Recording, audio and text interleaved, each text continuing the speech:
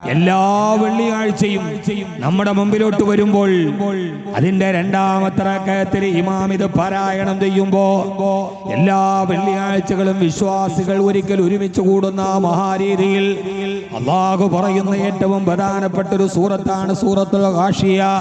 ബിസ്മില്ലാഹിർ റഹ്മാനിർ റഹീം. ഹൽ അതാക ഹദീസുൽ ഗാഷിയ വജൂഹു യൗമഇദിൻ ഖാശിഅ ആമിലത്തുൻ നാസിബ തസ്ലാ നാറൻ ഹാമിയ. എന്തിനാണ് ഈ ജീവിതത്തിന്റെ ജനനമൃതികളുടെ ഇടകളിലൂടെ നടന്നു പോകുന്ന ജീവിതത്തിൽ ഒരു തുച്ഛമായ ആയുസ് അല്ലാഹു സുബ്ഹാനഹു വ തആല നമുക്ക് ഈ ദുനിയാവിൽ തരികയും ആ ആയുസിന്റെ ഉള്ളിൽ പരമാവധി നമ്മൾ ജീവിക്കുകയും ചെയ്യുമ്പോ എല്ലാ വെള്ളിയാഴ്ചകളിലും ഭൗതികമായ ജീവിതത്തിന്റെ നാട്യനടലുകളിലൂടെ നടന്നു പോകുന്ന മനുഷ്യനോട് ആ ഒരാഴ്ചകൾക്കുള്ളിൽ അവൻ ധാരാളം പ്രവർത്തനങ്ങൾ അവന്റെ വാക്കുകൊണ്ടും അവന്റെ കൈകൊണ്ടും ഹൃദയം കൊണ്ടും ധാരാളം പ്രവർത്തനങ്ങൾ അവൻ ചെയ്യുമ്പോ അല്ലാഹു അവരോട് ചോദിക്കുന്ന ഏറ്റവും പ്രധാനപ്പെട്ട ചോദ്യം ഹൽ അതാക ഹദീസുൽ ഗാഷിയ. ഹബീബായ നബി മുഹമ്മദ് മുസ്തഫ ഹബീബായ നബി മുഹമ്മദ് മുസ്തഫ സല്ലല്ലാഹു അലൈഹി വസല്ലമ അല്ലാഹുവിന്റെ പ്രവാചകനെ അഭിസംബോധന ചെയ്തിട്ടാണ് ചോദിക്കുന്നത്, നബിയേ ഹൽ അതാക ഹദീസുൽ ഗാഷിയ, ആ വരാനിരിക്കുന്ന മഹാസംഭവത്തെ കുറിച്ച് നിങ്ങൾക്ക് ഓർമ്മയെത്തിയോ നബിയേ? ഇനി വരാനിരിക്കുന്ന, ഇനി നമ്മൾ കാണാനിരിക്കുന്ന, നമ്മളെല്ലാവരും അഭിമുഖീകരിക്കേണ്ട ഒരു മഹാസംഭവം വരാനിരിക്കുന്നുണ്ട്. ആ വരാനിരിക്കുന്ന മഹാസംഭവത്തെ കുറിച്ചുള്ള വൃത്താന്തം അങ്ങേക്ക് വന്നിട്ടില്ലയോ? ഹൽ അതാക ഹദീസുൽ ഗാഷിയ, ആ മഹാസംഭവത്തിന്റെ പൊരുളുകൾ അറിയുന്നില്ലയോ? സഹോദര, വെള്ളിയാഴ്ച ജുമുഅ നമസ്കരിക്കാൻ വേണ്ടി, പവിത്രമായ ജുമുഅക്ക് വേണ്ടി പള്ളിയിലെ രണ്ടാമത്തെ റക്അത്തിൽ ഇമാം നമ്മുടെ മുമ്പിൽ നിന്ന്, അത് മണപ്പള്ളി ജുമുഅ മസ്ജിദിലാവട്ടെ, ഈ കേരളത്തിന്റെ വിവിധ ഭാഗങ്ങളിലുള്ള ജുമുഅകളിലാകട്ടെ, രാഷ്ട്രീയ തലങ്ങളിലും ദേശീയ തലത്തിലും അന്താരാഷ്ട്ര തലത്തിലും ജനീവയിലും സുഡാനിലും എന്നു വേണ്ട ലോകത്ത് പാഠ്യമായി പത്രം വായിക്കുന്ന ഫിജി എന്ന കരീബിയൻ രാഷ്ട്രത്തിൽ പോലും ഏത് ഭാഷ സംസാരിക്കുന്ന ഇമാമാവട്ടെ, അയാൾ മലയാളം പറയുന്നവനാവട്ടെ, തമിഴ് പറയുന്നവനാവട്ടെ, ഹിന്ദി പറയുന്നവനാവട്ടെ, അങ്ങകലെയുള്ള യൂറോപ്യൻ രാജ്യങ്ങളിൽ അതാത് കാലഘട്ടങ്ങളിലെ ഇംഗ്ലീഷോ ഫ്രഞ്ചോ എന്ന് വേണ്ട ഏത് ഭാഷകൾ സംസാരിക്കുന്ന ഇമാമാണെങ്കിലും ആ ഇമാമെല്ലാം ഒരേ ഭാഷയിൽ, ഒരേ സ്വരത്തിൽ, അറബി ഭാഷയിൽ ഒരേ സ്വരത്തിൽ, ഒരേ നിയമത്തിൽ അവര് പാരായണം ചെയ്യുന്ന ഒരു മുന്നറിയിപ്പ് ഏതെന്നറിയോ? ഭൗതികമായ ജീവിതത്തിന്റെ ഈ കിടമത്സരങ്ങളുടെ ഇടയിലൂടെ എന്തൊക്കെയോ മിഥ്യാധാരണകളിൽ ചീറിപ്പാഞ്ഞു പോകുന്ന മനുഷ്യനോട് അല്ലാഹു പറയുകയാണ്, നിങ്ങൾ ഈ കണ്ടതൊന്നും സംഭവങ്ങളല്ല, ഇന്ന് നടന്നതോ ഇനി നടക്കാനിരിക്കുന്നതോ ലോകം കണ്ടുകൊണ്ടിരിക്കുന്നതോ അതൊന്നും ഒരു മഹാസംഭവമാണെന്ന് നിങ്ങൾ വിലയിരുത്തണ്ട. വരാനിരിക്കുന്ന ഏറ്റവും വലിയ മഹാസംഭവം ഏതെന്നറിയോ? അത് ശാസ്ത്രം പറയുന്നത് പോലെ നമ്മളെല്ലാവരും നിസ്സാരമായി കിടന്നുന്ന ഒരു തുള്ളി ജലത്തിന് വേണ്ടി വരുന്ന മൂന്നാം ലോക മഹായുദ്ധമല്ല. സൂര്യനും ചന്ദ്രനും ഒരേ രേഖയിൽ വന്നിട്ട് വരുന്ന സൂര്യഗ്രഹണമോ ചന്ദ്രഗ്രഹണമോ 1000 ആണ്ട് വർഷങ്ങൾ ഒരിക്കലെങ്ങാനും പിറവിയെടുക്കുമെന്ന് പറയുന്ന ഉൽക്കകളുടെ വരവോ, അതല്ലെങ്കിൽ ബഹിരാകാശ ലോകത്തേക്ക് പോകുന്ന ഇലോൺ മസ്കിന്റെ ഭൗതിക വാഹനത്തെ കുറിച്ചുള്ള ചർച്ചയോ, മനുഷ്യന്റെ എല്ലാ രഹസ്യങ്ങളും ഒരു നഖത്തിന്റെ 4 വലിപ്പമില്ലാത്ത ചിപ്പിന്റെ ഉള്ളിൽ സൂക്ഷിച്ചു വെച്ച് 1000 കണ്ടുപിടുത്തങ്ങളുമായി മനുഷ്യൻ മുമ്പോട്ട് പോകുമ്പോ വരാനിരിക്കുന്ന മഹാസംഭവങ്ങളുടെ മുമ്പിൽ അത്ഭുതത്തോടെ നിൽക്കുന്ന 2030 അത്ഭുതം സംഭവിക്കാൻ പോകുന്നു. 2050 ആകാശത്തിലൂടെ പറന്നു പോകുന്ന കാറുകൾ വരാൻ പോകുന്നു എന്നൊക്കെ നമ്മൾ വരാനിരിക്കുന്ന മഹാസംഭവത്തെ കുറിച്ച് നമ്മൾ ഇങ്ങനെ വാചാലരാകുമ്പോ എല്ലാ വെള്ളിയാഴ്ചയും ഖത്തീബ് നമ്മളോട് ഓതി പറയുകയാണ്, അതൊന്നും ഒരു സംഭവമല്ല, അതൊന്നും ഒരു അത്ഭുതമല്ല, അതൊന്നും പ്രതീക്ഷിക്കേണ്ട കാത്തിരിപ്പല്ല. പിന്നെയോ മനുഷ്യൻ അഭിമുഖീകരിക്കാൻ പോകുന്ന ഏറ്റവും വലിയ മഹാസംഭവം ഹല്ലതാക ഹദീസുൽ ഗാശിയ. ആ വരാനിരിക്കുന്ന മഹാസംഭവത്തിന്റെ വിവരം അങ്ങയുടെ മുമ്പിലെത്തിയോ നബിയേ? ഏതാ വരാനിരിക്കുന്ന മഹാസംഭവം ഏതെന്നറിയോ? അല്ലാഹു പറയുകയാണ്, വുജൂഹു യൗമൈദിൻ ഖാശിഅ, വുജൂഹു യൗമൈദിൻ ഖാശിഅ. അന്നത്തെ ദിവസമാണ് മുഖം വല്ലാതെ പേടിച്ചു പരിഭ്രാന്തരായി, ഹൃദയം കിടുകിടാ വിറച്ച്, കാലുകൾക്ക് ബലം നഷ്ടപ്പെട്ട്, കണ്ണുകൾക്ക് കാഴ്ച നഷ്ടപ്പെട്ട്, ഒരു മനുഷ്യൻ നിസ്സഹായനായി. ആമിനത്തുൻ നാസിബ, വുജൂഹു യൗമൈദിൻ ഖാശിഅ. അന്നത്തെ ദിവസം പേടിച്ചു വരച്ചു പരിഭ്രാന്തനായി. ആ മനുഷ്യന്റെ മുഖത്തുള്ള സൗന്ദര്യവും സൗരഭ്യവും സൗമ്യതയും നഷ്ടപ്പെട്ട് അവന്റെ മുഖത്ത് പേടിയുടെ അടയാളങ്ങൾ വന്ന് പേടിച്ചു നിൽക്കുന്ന ഒരു ദിവസം വരാനുണ്ട് നബിയേ. ആ ദിവസമാണ് മഹാസംഭവമാണ്.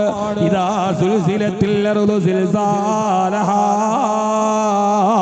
വഅഖറജത്തിൽ അർദു അസ്ഖാലഹാ വഖാലൽ ഇൻസാനു മാ ലഹാ. ദിവസത്തിന്റെ ഭയാനതയെ കുറിച്ചാണ് വിശുദ്ധ ഖുർആൻ നമ്മളോട് പറഞ്ഞത്. ഈ ഭൂമി കിടുകിടാ വിറക്കുന്ന ദിവസം, പൊട്ടിപ്പിളർന്ന് താഴെ വീടുന്ന ദിവസം, നക്ഷത്രങ്ങൾ ഉതിർന്നു വീഴുമത്രേ, ആകാശം പൊട്ടിപ്പിളരുമത്രേ, ജന്തുജാലങ്ങൾ ചത്തു മലക്കുമത്രേ, ഈ ഭൂമി മുഴുവനും തവളം തവളമായി പൊട്ടിവിറക്കുമത്രേ. ആ ദിവസത്തെ കുറിച്ചാണ് വിശുദ്ധമായ ഖുർആൻ നമ്മളോട് പറയുന്നത്. യൗമൈദിൻ യത്തബിഊന ദാഇയ ലാ ഇവദ ലഹു വഖശഅത്തിൽ അസ്വാതു ലിർറഹ്മാനി ഫലാ തസ്മഉ ഇല്ലാ ഹംസാ വയദറുഹാ കാൻ സഫ്സഫാ ലാ തറാ ഫീഹാ ഇവജൻ വലാ അംദാ വയസ്അലൂനക അനിൽ ജിബാൽ ഫകുൽ യൻസിഫുഹാ റബ്ബി നസഫാ. ഈ ഭൂമി മുഴുവനും പ്രപഞ്ചം തകർന്ന് തരിപ്പണമായി ഏകനായ പടച്ചവന്റെ മുമ്പിലേക്ക് നിന്നെ ഹാജരാക്കുന്ന ദിവസം. ആ ദിവസമാണ് നീ പേടിച്ചരണ്ട് നിൽക്കുന്നതെന്ന് വിശുദ്ധ ഖുർആൻ. ആ മഹാസംഭവം ഏതാണ്? ആ മഹാസംഭവമാണ് ഹൽ അതാക ഹദീസുൽ ഗാശിയ. ഹബീബായ നബി തങ്ങൾ മദീന പള്ളിയിൽ ഇരിക്കുമ്പോ ആദരവായ പ്രവാചകൻ നബി മുഹമ്മദ് മുസ്തഫ, ഉറക്കെ പറ, ഹബീബായ നബി മുഹമ്മദ് മുസ്തഫ. എല്ലാരും ഉറക്കെ പറയും, ഹബീബായ നബി മുഹമ്മദ് മുസ്തഫ, താജ്ദാറെ മദീന നബി മുഹമ്മദ് മുസ്തഫ, കഅബേ ക ബദറുദ്ദുജാ നബി മുഹമ്മദ് മുസ്തഫ. ആ ഹബീബിന്റെ പേര് പറഞ്ഞിട്ട് നമ്മുടെ ഹൃദയത്തെ നമുക്കൊന്ന് ശുദ്ധിയാക്കാം. ആ മദീനയുടെ ഹബീബാണ് നമ്മുടെ ചാരത്തേക്ക് കടന്നു വരേണ്ടത്. തമ്മിലിടഞ്ഞും അഹങ്കരിച്ചും കരൾ കൊത്തിപ്പറിച്ചും ചവച്ചും പുളച്ചാർത്ത ഗോത്രക്കുറുമ്പിനെ കാട്ടുഗ്രൗര്യങ്ങളെ ശാന്തി സങ്കീർത്തനമാക്കിയ നായക. തമ്മിലിടഞ്ഞും അഹങ്കരിച്ചും കരൾ കൊത്തിപ്പറിച്ചും ചവച്ചും പുളച്ചാർത്ത ഗോത്രക്കുറുമ്പിനെ കാട്ടുഗ്രൗര്യങ്ങളെ ശാന്തി സങ്കീർത്തനമാക്കിയ നായക. ക്ഷമിപ്പിൻ, ക്ഷമിപ്പിൻ, ക്ഷമിപ്പിൻ, ക്ഷമാശീലനാണ് എത്രയും ശക്തനെന്നോദിയ വേദപാരംഗത. അങ്ങോട്ടും ഇങ്ങോട്ടും ഇടഞ്ഞും തർക്കിച്ചും പരിഹസിച്ചും പരസ്പരം പോരടിച്ച് നടന്ന ഔസിനെയും ഖസറജിനെയും ഇസ്ലാം എന്ന ഒരൊറ്റപ്പാശത്തിൽ ഒന്നിച്ചാക്കിയ മുത്തേ നബി മുഹമ്മദ് മുസ്തഫ, ഹബീബായ നബി മുഹമ്മദ് മുസ്തഫ. അല്ലാഹു നമുക്ക് ഹബീബിന്റെ പാടങ്ങളിലൂടെയും പാദങ്ങളിലൂടെയും നടക്കാൻ അല്ലാഹു നമുക്ക് തൗഫീഖ് നൽകട്ടെ. ആമീൻ യാ റബ്ബൽ ആലമീൻ. ആ ഹബീബായ നബി തങ്ങളുടെ വഴിയാണ് നമ്മുടെ വഴി. അല്ലാഹുവിന്റെ റസൂൽ വിളിച്ചപ്പോൾ അബൂജഹൽ ഉത്തരം കൊടുത്തില്ല, അബൂലഹബ് ഉത്തരം കൊടുത്തില്ല. കാരണം അത് അവരുടെ അഹങ്കാരം അതിനെ സമ്മതിച്ചില്ല. പക്ഷേ വഴിയിലൂടെ നടന്നു പോകുന്ന മിണ്ടാപ്രാണി, വിവേകമില്ലാത്ത, പഞ്ചേന്ദ്രിയ പരിജ്ഞാനമില്ലാത്ത മിണ്ടാപ്രാണി അമാൻപേടെ ഹബീബിന്റെ വിളിക്കുത്തരം കൊടുത്തു. കല്ലുകളെ ഹബീബിന്റെ വിളിക്കുത്തരം കൊടുത്തു. കല്ലിനേക്കാൾ വലിയ മനസ്സുള്ള മനുഷ്യന് ഉത്തരം കൊടുക്കാൻ കഴിഞ്ഞില്ല. മാൻപേടെ ഉത്തരം കൊടുത്തു അത്രേ. മനുഷ്യൻ കൊടുത്തില്ല. അബൂലഹബ് ഹബീബിന്റെ അയൽപക്കക്കാരനാണ്, അബൂജഹൽ അയൽപക്കക്കാരനാണ്. പക്ഷെ ഉത്തരം കൊടുത്തില്ല. പക്ഷേ മാൻപേടെ ഉത്തരം കൊടുത്തു അത്രേ. സാഹിബുല്ലബിയതി ഹത്താ തർജിഉ ലിമനി ഇസ്താദ സരിഅ ലിമാനുൻ നബി വഫത് അലൈഹി സലാം ലാമീനു ലബിയതി ഹത്താ തർജിഉ ലിമനി ഇസ്താദ സരിഅ ലിമാനുൻ നബി വഫത് അലൈഹി സലാം. ഹബീബായ നബിയുടെ വിളിക്കുന്ന ഉത്തരം കൊടുക്കണം. അല്ലാഹുവിന്റെ റസൂല് മദീനത്തെ പള്ളിയിൽ ഇരിക്കുമ്പോഴാണ് ഈ ആയത്ത് ഇറങ്ങുന്നത്. ഓ നബിയേ ഹല്ലതാക ഹദീസുൽ ഗാശിയ, അങ്ങേക്കാ മഹാസംഭവത്തിന്റെ വൃത്തമെത്തിയില്ലയോ നബിയേ? ഈ ആയത്ത് കേട്ടപ്പോ അല്ലാഹുവിന്റെ റസൂലിന്റെ കവിൾ തടത്തിലൂടെ കണ്ണുനീര് തടം തള്ളിയാ തൊടുകയിട്ട് ഹബീബായ നബി പറഞ്ഞു അത്രേ, അതേ കദ അത്താനി റബ്ബി, കദ അത്താനി റബ്ബി, അതേ എന്നെ അല്ലാഹു പറഞ്ഞ വിവരം എനിക്ക് എത്തി എന്ന് പറഞ്ഞ് പിന്നീടുള്ള 3 രാത്രികളിൽ ഹബീബായ നബി തങ്ങൾ ഈ ആയത്തോത്തിട്ട് പൊട്ടിക്കരയുമായിരുന്നു എന്ന് ചരിത്രം നമ്മളോട് പറയുന്നുണ്ട്. അല്ലാഹു നമ്മളെ ആ വഴിയിലേക്ക് എത്തിച്ചു തരട്ടെ. ആമീൻ പറയും. വലിയ മഹാസംഭവം ഈ കണ്ടുന്ന ഒരു സംഭവമല്ല, മഹാസംഭവം വരാനിരിക്കുന്നതേ ഉള്ളൂ. നമ്മൾ ഈ കാണുന്ന ഒന്നും ഒരു സംഭവമല്ല. ഞാൻ പറഞ്ഞ മനസ്സിലാവണില്ലേ? ഉണ്ടോ ഇല്ല? ഇതൊന്നും മിണ്ടാത്ത മാലക്കും ലാ തന്ദിക്കൂന. ഹബീബായ നബി മുഹമ്മദ് മുസ്തഫ അതിയമൈതുൽ നൂറുല്ലാഹ് അഹ്മദ് നബി സല്ലല്ലാഹു അഗദിദയാലു ഹബീബുല്ലാഹ് ആമന്നാ ബി റസൂലില്ലാഹ് ഹസ്ബി റബ്ബി. ഹബീബായ നബി മുഹമ്മദ് മുസ്തഫ. വേറെ ഇന്ന് വാതിൽ ബാക്കവയുടെ വാതിൽ കഴിഞ്ഞു പോകുമ്പോ ഇനി അടുത്ത വെള്ളിയാഴ്ച ആയത്ത് കേൾക്കുമ്പോ ഇതെല്ലാം എന്ത് ചെയ്യും? ഓർമ്മ വരും. പകലറാഹത്തായി അടുത്ത വെള്ളിയാഴ്ച നമുക്കിത് ഓർമ്മ വരണം. ഇതൊക്കെയാണ് ഈ പറഞ്ഞത് എന്ന് നമുക്ക് ഓർമ്മ വരണം. ആ സമയത്ത് ആ മഹാസംഭവം നമുക്കാർക്കും യാതൊരുവിധ സ്വാധീനവും ഇല്ല. ആരെയും സ്വാധീനിക്കാൻ കഴിയില്ല. ഒരു മനുഷ്യനും നമ്മുടെ സഹായത്തിനില്ല. ഒരാള് നമ്മുടെ കൂടെ ഇല്ലാത്തൊരു കാലം.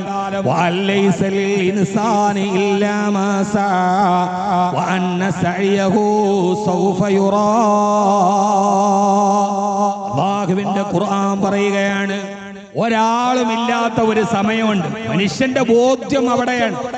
ആ ബോധ്യമില്ലാത്ത ഒരു മനുഷ്യരും ഭൂമിയിൽ നല്ലവനാവാൻ പറ്റില്ല. ഭൂമിയിൽ നല്ലവനാകാൻ, നന്മയോടെ ജീവിക്കാൻ, സത്യത്തോടെ ജീവിക്കാൻ ഏറ്റവും പ്രധാനപ്പെട്ട ഒരു വിശ്വാസം പരലോകത്തിന്റെ വിശ്വാസം.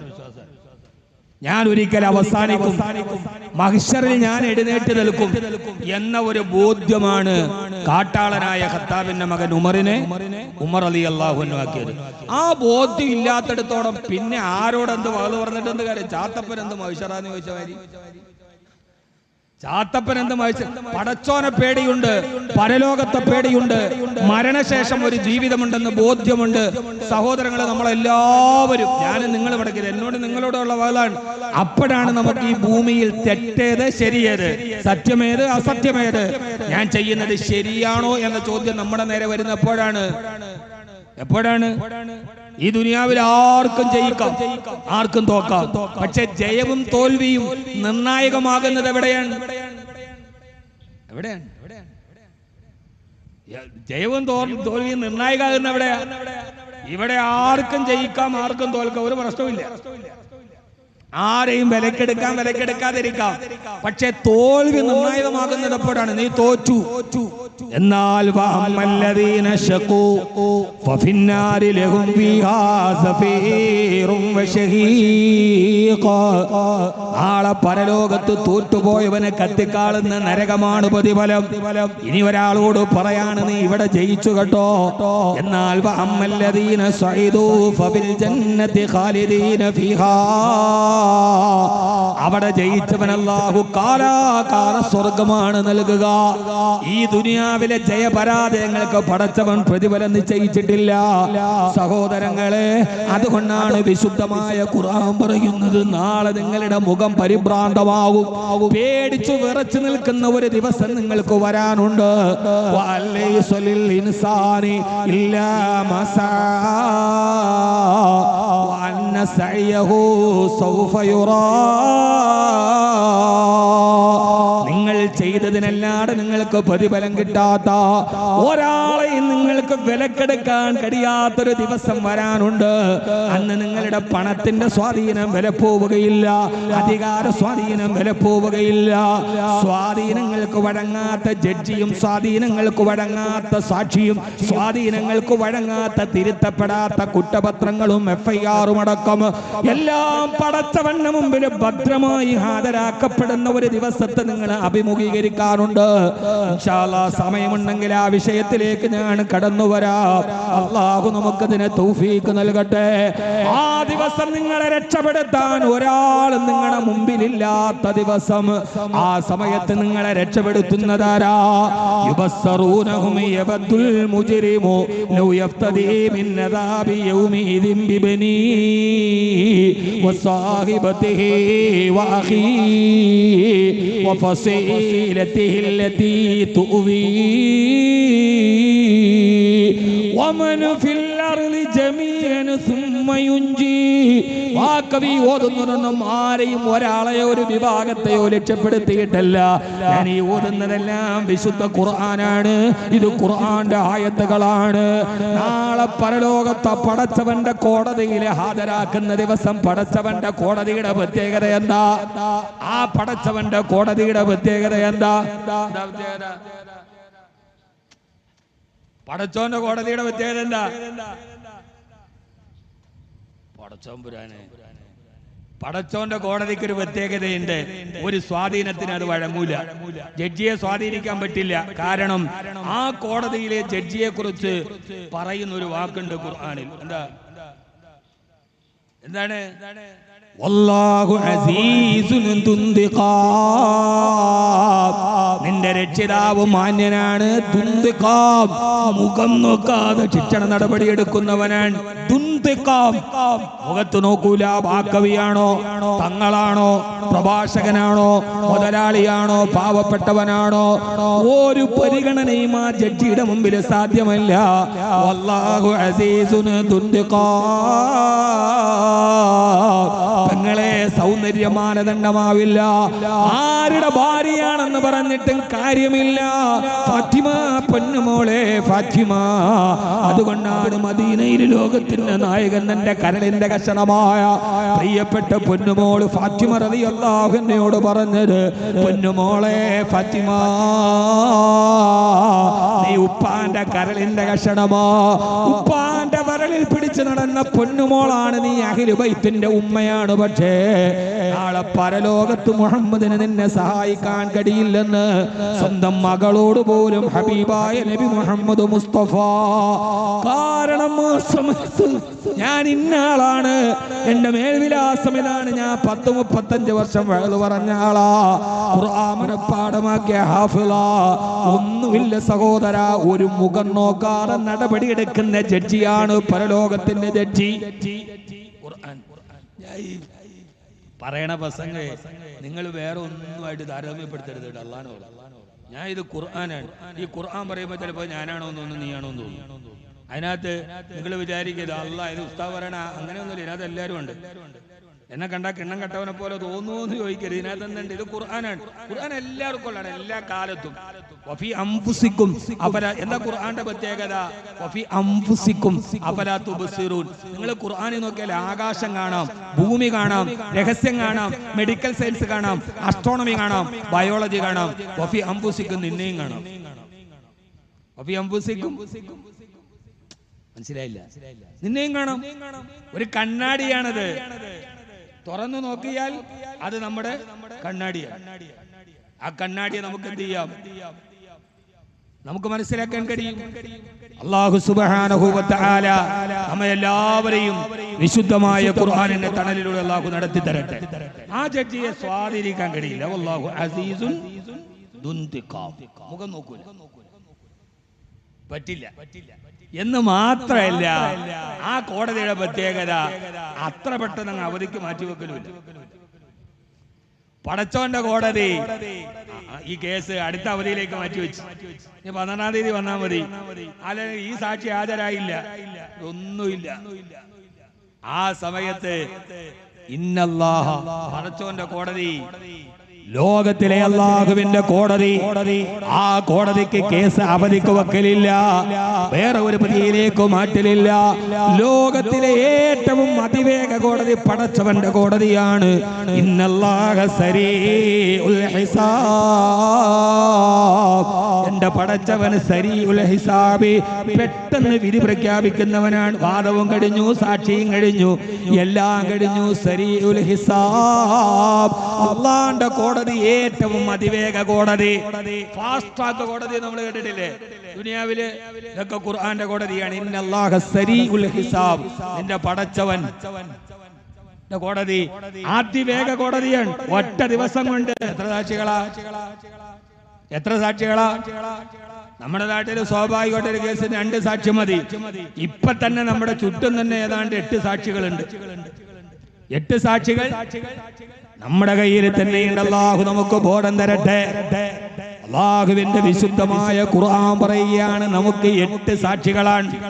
എവിടെ പോയാലും, ഒരു കടയിൽ പോയാൽ കാണാം, ഇവിടെ CCTV വെച്ചിട്ടുണ്ട്, നിങ്ങൾ ജാഗരൂകരാകണം, നിങ്ങൾ ക്യാമറയുടെ നിരീക്ഷണത്തിലാണ്. ആ ബോട്ട് കാണുമ്പോൾ നമ്മളെല്ലാവരും പെട്ടെന്ന് നമ്മുടെ മുഖിയൊന്ന് ചീടി ഒതുക്കും. ഒന്നുമല്ലെങ്കിൽ ക്യാമറയിൽ കാണുമ്പോൾ ഒന്ന് കാണുന്നതിനൊരു ഭംഗി വേണ്ടേ? മുണ്ട് നന്നായിട്ടെടുത്ത് മുഖമൊന്ന് ചീകി ഒതുക്കിയിട്ടൊരു കേവലം ഒരു CCTVയുടെ ക്യാമറയുടെ നിരീക്ഷണത്തിലാണെന്ന് പറയുമ്പോൾ ആ സമയത്തൊന്ന് ഒരുങ്ങി നിൽക്കുന്ന മനുഷ്യ, നിങ്ങളെ അല്ലാഹു പറയുകയാണ്, നിങ്ങൾക്ക് ഞാൻ വെച്ചിരിക്കുന്നത് 2 ക്യാമറയല്ല, 8 ക്യാമറകളുടെ നിരീക്ഷണത്തിലാണ് നമ്മൾ നടക്കുന്നതെന്ന ബോധ്യം നമുക്കുണ്ടായാൽ അതിനപ്പുറത്തേക്ക് നമുക്ക് പിന്നെ ഏത് ബോധ്യമാവേണ്ടത്? നമ്മുടെ 8 സാക്ഷികളേതെന്നറിയോ? അതിലൊന്നാമത്തേത്, ഇത് യതലഖൽ മുതലഖിയാനി അനിൽ യമീനി വഅനി ശിമാലി ഖഈദ് മാ യൽഫിലു മിൻ ഖൗലിൻ ഇല്ലാ ലദൈഹി റഖീബുൻ അതീദ്. 8 സാക്ഷ്യം പറയട്ടെ, 8 സാക്ഷ്യം പറഞ്ഞാരട്ടെ. നിങ്ങളെന്തോ ഒരു സഹകരണം ഇല്ലാത്ത? എന്റെ വകയല്ല, ഖുർആൻ ഈ പറയുന്ന എല്ലാം ഖുർആന്റെ ആയത്താണ്. നമ്മൾ സ്വയം അലത്താവുക എന്നതിനേക്കാൾ അപ്പുറം മറ്റുള്ളവനല്ലല്ലോ നമ്മൾ നന്നാക്കണ്ടേ. നമ്മൾ സ്വയം ആദ്യം ഞാൻ എന്നെ, പിന്നെ നിങ്ങൾ നിന്നെ. മനുഷ്യ, നിനക്കൊരു ബോധമില്ലേ? ആര് മറച്ചു വെച്ചാലും, ആരുടെ മുമ്പിൽ ഒളിച്ചു വെച്ചാലും, ആർക്കും ഒരിക്കലും ഒളിക്കാൻ കഴിയാത്ത, മറച്ചു വെക്കാൻ കഴിയാത്ത 2 ക്യാമറ നിന്റെ 2 തോളിൽ ഞാൻ വെച്ചിട്ടുണ്ട്. സൂറത്തുൽ കാഫിർ, യതലക്കൽ മുതലഖിയാനി അനിൽ യമീനി വഅനി ശിമാലി ഖഈദ് മാ യൽഫിലു മിൻ ഖൗലിൻ ഇല്ലാ ലദൈഹി റഖീബുൻ അതീദ്. റഖീബും അതീദും നിന്റെ 2 തോളിലില്ലയോ? എന്ന പ്രയോഗം എന്നല്ല, ഇരിക്കുന്നവനെന്നല്ല. നമ്മൾ പറയും റഖീബും അതീദും ഇരിക്കുന്നു എന്നല്ലേ? ഖുർആന്റെ പ്രയോഗം ഖഈദുൻ, ലപ്തപ്രതിഷ്ഠ നേടിയ ആളുകളാണ് എന്ന് പറഞ്ഞാൽ ഒരു സമയത്തും ഇളക്കി മാറ്റാൻ കഴിയാത്ത വിധം ലപ്തപ്രതിഷ്ഠ നേടിയ ആളാ. കരുനാഗപ്പള്ളിയിലെ തിയേറ്ററിൽ സിനിമ കാണാൻ പോയിട്ട് ആ ടിക്കറ്റ് എടുത്തിട്ട് 2 മണിക്കൂർ റഖീബും അതീദും വെളിയിൽ നിൽക്കട്ടെ, ഞാൻ കണ്ടിട്ട് വരാന്ന്.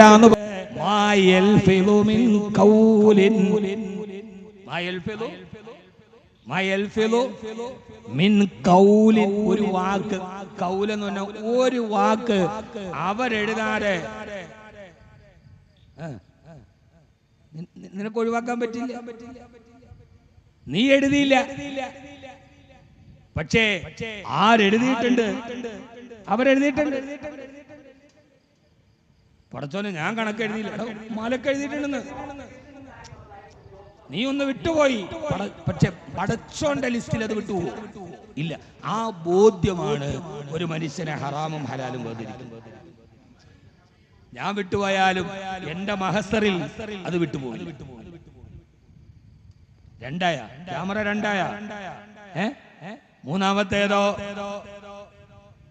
യതഅഖബൂന ഫീകും മലായികത്തും ബില്ലൈലി വമലായികത്തും ബിന്നഹാർ.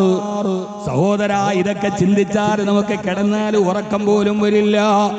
രാവിന്റെയും പകലിന്റെയും പ്രത്യേക മലക്കുകളുണ്ട് എന്ന് പറഞ്ഞാൽ ഒരു കമ്പനിയിൽ ഫിനാൻസ് ഡിപ്പാർട്ട്മെന്റ് മൊത്തം നോക്കുന്ന ഒരാളുണ്ട്. അതുപോലെ ഡേ ഡ്യൂട്ടി ഉണ്ട്, നൈറ്റ് ഡ്യൂട്ടി ഉണ്ട്. സുബഹിക്ക് വന്നിട്ട് മഗ്‌രിബിന് തിരിച്ചു പോകുന്ന മലക്കുകൾ അതുവരെയുള്ളത് കർമ്മം രേഖപ്പെടുത്തുന്നുണ്ട്. മഗ്‌രിബ് കഴിഞ്ഞു വരുന്ന മലക്കുകൾ പിന്നീട് സുബഹി വരെയുള്ളത് രേഖപ്പെടുത്തുന്നുണ്ട്. രാവിലും പകലും നിന്റെ കർമ്മങ്ങളെ രേഖപ്പെടുത്താൻ രണ്ട് വിഭാഗം മലക്കുകളെ അല്ലാഹു രേഖപ്പെടുത്തിയിട്ടുണ്ട്. ഇപ്പോൾ 4 സാക്ഷികളായോ, ഇനി അഞ്ചാമത്തേത് വൽ മലായികത്തു യശ്ഹദൂൻ. ഇതിനെ എല്ലാം നിയന്ത്രിക്കാൻ പൊതുവിൽ അല്ലാഹു ഏൽപ്പിച്ച മലക്കുകളുണ്ട്, 5ആയോ. ആറാമത്തേത് ഏതെന്നറിയോ എന്റെ പ്രിയപ്പെട്ട സഹോദരാ? ആറാമത്തെ സാക്ഷി മറ്റാരുമല്ല, യൗമഇദിന തശ്ഹദു അലൈഹിം അൽസിനതുഹും വഅയ്ദിഹിം വഅർജുലുഹും ബിമാ കാനൂ യഅമലൂൻ. അല്ലാഹു അടുത്ത സാക്ഷികളായി വെച്ചിരിക്കുന്ന നമ്മുടെ കൈകളെയും നമ്മുടെ കാലുകളെയും നമ്മുടെ നാവുകളെയും. ഒന്ന് നിന്റെ കൈയാണ്, യൗമഇദിൻ തശ്ഹദു. ഷാഹിദ് എന്ന് പറഞ്ഞാൽ സാക്ഷി. അന്നത്തെ സാക്ഷി അൽസിനത്തുഹും, നിന്റെ നാവ്, ചീത്ത പറഞ്ഞ നാവ്, തെറി പറഞ്ഞ നാവ്, ഒരാളെ കുറിച്ച് അനാവശ്യമായി പറഞ്ഞ നാവ് അടുത്ത സാക്ഷിയാണ്. വൈദികം, നിന്റെ കൈകളുണ്ടല്ലോ, ആ കൈകൾ കൊണ്ട് എന്തൊക്കെ എഴുതിയിട്ടുണ്ട്, എന്തൊക്കെ എഴുതാത്തതുണ്ട്, എന്തൊക്കെ വിട്ടുപോയിട്ടുണ്ട്. സഹോദരാ, അതൊന്നും പടച്ചവന്റെ മുമ്പിൽ ഒളിക്കാൻ കഴിയില്ലല്ലോ. ആ പടച്ചവന്റെ മുമ്പിൽ കൃത്യമായി നീ അതിനെ എഴുതപ്പെടുന്ന നിന്റെ ഈ വിരലുകൾ സാക്ഷി നിൽക്കും. വാർജുലുഹും, നിന്റെ കാലുകളും സാക്ഷി നിൽക്കും. ആ സാക്ഷികളുടെ വിചാരണ നടക്കുന്നുണ്ട്. അല്ലോ മനഖതിമു അലാ അഫ്വാഹിഹിം വതകല്ലിമുനാ അയ്ദീഹിം വതശ്ഹദു അർജുലുഹും ബിമാ കാനൂ യക്സിബൂൻ. അല്ലോ അന്നേ ദിവസം നഖ്തിമു അലാ അഫ്വാഹിഹിം, അവരുടെ വായുകൾ ഞാൻ സീൽ വെക്കും. വതകല്ലിമുനാ അയ്ദീഹിം, അവരുടെ കൈകൾ എഴുന്നേറ്റ് സംസാരിക്കും. വതശ്ഹദു അർജുലുഹും, അവരുടെ കാലുകൾ സാക്ഷി നൽകും. ബിമാ കാനൂ യക്സിബൂൻ, അവര് ചെയ്തതെല്ലാം പടച്ചവന്റെ മുമ്പിൽ വിളിച്ചു പറയുന്ന ദിവസമുണ്ട്. ആരുടെ മുമ്പിലും രക്ഷപ്പെടാൻ കഴിയില്ല. നമ്മുടെ കുടുംബത്തിൽ ഞാൻ എന്തെങ്കിലും ചെയ്തോ, അത് നാളെ പടച്ചവന്റെ മുമ്പിൽ എന്റെ കൈകൾ സാക്ഷി നിന്ന് പറയും. എന്റെ ഭാര്യ കാരണമായി ഞാൻ മർദ്ദിച്ചിട്ടുണ്ടോ, അവളെ ഞാൻ അടിച്ചിട്ടുണ്ടോ, ഈ കൈ കൊണ്ട് ഞാനൊരു നിരപരാധിയുടെ മുഖത്തടിച്ചിട്ടുണ്ടോ, പടച്ചവന്റെ മുമ്പിൽ സാക്ഷി പറഞ്ഞേ മതിയാവൂ. അവയവങ്ങൾ ചെയ്തതിനെ കുറിച്ച് പടച്ചവന്റെ മുമ്പിൽ പറയണം. സഹോദരാ, അതിൽ നിന്ന് ആർക്കാണ് മാറി നിൽക്കാൻ കഴിയുക? അല്ലാഹു നമുക്ക് തൗഫീഖ് നൽകട്ടെ. പടച്ചവന്റെ മുമ്പിൽ പറയേണ്ടതില്ലേ? അല്ലാഹുവിന്റെ ഖുർആൻ ഹബീബായ നബി മുഹമ്മദ് മുസ്തഫ, ഹബീബായ നബി മുഹമ്മദ് മുസ്തഫ സല്ലല്ലാഹു അലൈഹി വസല്ലം പറയാണ്, ലാ യസൂലു ഖദമ അബ്ദിൻ ഹത്താ യുസ്അല അൻ അർബ. 4 ചോദ്യത്തിന് മറുപടി പറയാതെ ഒരു മനുഷ്യന്റെ കാലെടുത്തു മാറ്റാൻ സാധ്യമല്ല. ലാ യസൂലു ഖദമ അബ്ദിൻ, ഒരു കാലം എന്നല്ല 2 കാലും. ഖദമ ഒരു കാല് മാറ്റുന്ന എങ്ങനെ? 2 കാലം നിന്നിട്ട് സമാധാനം പറയണം. നിന്റെ ആയുസ് എന്തിനെ ചെലവഴിച്ചു, നിനക്ക് കിട്ടിയ ഇൽമെന്തിനെ ചെലവഴിച്ചു. അടുത്തത് നിന്റെ സമ്പാദ്യത്തെ കുറിച്ചാണ്. ഏത് ചോദ്യവും ശ്രദ്ധിച്ചു കേട്ടോളീന്. ആയുസിനെ കുറിച്ച് ഒരൊറ്റ ചോദ്യമേ ഉള്ളൂ, എങ്ങനെ ചെലവഴിച്ചു. ഇൽമിനെ കുറിച്ച് ഒരൊറ്റ ചോദ്യമേ ഉള്ളൂ, എങ്ങനെ കൈകാര്യം ചെയ്തു. പക്ഷേ 3ാമത്തെ ചോദ്യം നിന്റെ സമ്പത്തിനെ കുറിച്ചാണ്. സമ്പത്തിന് മാത്രം 2 ചോദ്യമാണ്. എവിടെ നിന്ന് സമ്പാദിച്ചു, എവിടെ ചെലവഴിച്ചു. സമ്പാദ്യത്തിന്റെ കാര്യത്തിൽ 2 ചോദ്യമാണ്. ആയുസിന്റെ കാര്യത്തിൽ ഒറ്റ ചോദ്യം. നമ്മൾ കേട്ടിട്ട് വേണം ഗൗരവത്തോടെ സമയം. ഇത് എന്താണിത്, എവിടെ നിന്നാണ് നീ ഇത് ഉണ്ടാക്കിയത്? മറ്റൊരാളെ കബളിപ്പിച്ചതാണോ, വേറൊരാളെ പറ്റിച്ചതാണോ, അതല്ല കള്ളക്കച്ചവടം നടത്തിയതാണോ? എന്റെ പ്രിയപ്പെട്ട സഹോദരാ, വളരെ സൂക്ഷ്മതയോടെ കൈകാര്യം ചെയ്യണം. മഹാന്മാര് നമ്മളോട് പറയുന്നത്, ഒരു സമ്പത്ത് കൈകാര്യം ചെയ്യുന്ന, പൊതുമുതൽ കൈകാര്യം ചെയ്യുന്ന സമയത്ത് നീ നിന്റെ വീട്ടിൽ നിന്നും നീ നിന്റെ പള്ളിയിൽ വന്നു, ആ പള്ളിയിൽ വന്ന് നമസ്കരിക്കാൻ വേണ്ടി വധു എടുത്ത് നമസ്കരിച്ചിട്ട് പള്ളിയിൽ നിന്ന് വെളിയിലേക്ക് ഇറങ്ങുമ്പോ ആ സമയത്ത് വധു എടുത്ത പടച്ചവനെ നിസ്കരിക്കാൻ വധു എടുത്ത വെള്ളത്തിന്റെ നനവ് കാലിലുണ്ടെന്നിരിക്കെ ആ കാല് നീ പള്ളിയുടെ മുറ്റത്ത് ചവിട്ടി, ആ മുറ്റത്ത് ചവിട്ടിയ കാലിൽ നിന്ന് പള്ളിയുടെ മുറ്റത്ത് കിടക്കുന്ന മണൽത്തരി നിന്റെ കാലിൽ പറ്റിപ്പിടിക്കുകയോ ചെരുപ്പിന്റെ അടിയിൽ പറ്റിപ്പിടിക്കുകയോ ചെയ്യുകയും അത് നടന്ന് നിന്റെ വീട്ടിലെത്തിയിട്ട് ആ ചെരുപ്പൂരുന്ന സമയത്ത് പള്ളിയുടെ മുറ്റത്തെ മണൽത്തരി നിന്റെ വീടിന്റെ മുറ്റത്ത് വീണാൽ പടച്ചവനോട് നീ അതിനെക്കുറിച്ച് സത്യം സമാധാനം പറയേണ്ടി വരുമെന്ന് ഉലമാക്കൾ നമ്മളെ ബോധ്യപ്പെടുത്തുന്നുണ്ട്. ഇതൊരു ചെറിയ നിസ്സാര കാര്യമല്ല. ഞാൻ വളരെ സ്നേഹത്തോടെ സഹോദരാ ബുദ്ധിയോടെ ഓർമ്മിപ്പിക്കുകയാണ്. സഹോദര, ഇതൊന്നും നിസ്സാരമല്ല. കാലിൽ പറ്റിയ, മനസ്സിലായില്ലേ, നനവില് പറ്റിയ മണൽത്തരി, പള്ളിയുടെ മണൽത്തരി, വഖഫിന്റെ മണൽത്തരി നിന്റെ വീട്ടിലെത്തിയാൽ അക്കാര്യത്തിൽ നീ പടച്ചവനോട് സമാധാനം പറയണം എന്ന് അല്ലാഹുവിന്റെ പ്രവാചകൻ നബി മുഹമ്മദ് മുസ്തഫ സൂക്ഷ്മതയോടെ കൈകാര്യം ചെയ്യണം. പടച്ചവനെ പേടിച്ച് കൈകാര്യം ചെയ്യണം. അല്ലാഹു നമുക്ക് തൗഫീഖ് നൽകട്ടെ. അത്രമേൽ ബോധമുള്ളതാണിത്, അത്രമേൽ ബോധ്യമുള്ളതാണിത്. ഇത് അവരുടെ മുമ്പിൽ മറക്കാൻ കഴിയില്ലല്ലോ. ഏഴാമത്തെ സാക്ഷി ഏതെന്നറിയോ? ആ ഏഴാമത്തെ സാക്ഷിയാണ് നീ തന്നെയാണ് നിന്റെ സാക്ഷി.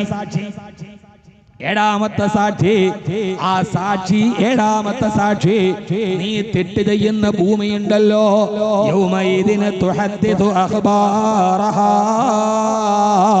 എവിടെ വെച്ചാണോ തെറ്റ് ചെയ്തത്, എവിടെ വെച്ചാണോ വ്യഭിചരിച്ചത്, എവിടെ വെച്ചാണോ മദ്യപിച്ചത്, പാതിരാവിന്റെ നിശബ്ദത ആരും അറിയാതെ ഇന്റർസ്റ്റേറ്റിന്റെ പുറത്ത് ആന്ധ്രാപ്രദേശിലെ ഏതോ ഒരു ഇരുട്ടിന്റെ ഉള്ളില് ലോഡ് കയറ്റാൻ പോയപ്പോ നാഷണൽ പെർമിറ്റ് ലോറിയുടെ അടിയിലിരുന്നിട്ട് തണ്ണിയടിച്ചത്, പടച്ചവനെ, ആ സ്ഥലം നിനക്ക് നേരെ നാളെ പരലോകത്ത് സാക്ഷി നിൽക്കും. ആരും അറിഞ്ഞിട്ടില്ല.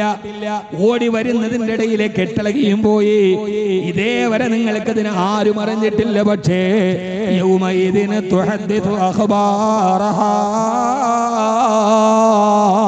നാളെ പരലോകത്ത് നീ തെറ്റ് ചെയ്യാൻ സാക്ഷി നിന്ന ഭൂമി പടച്ചവന്റെ മുമ്പിലെ സാക്ഷിയാണത്രേ.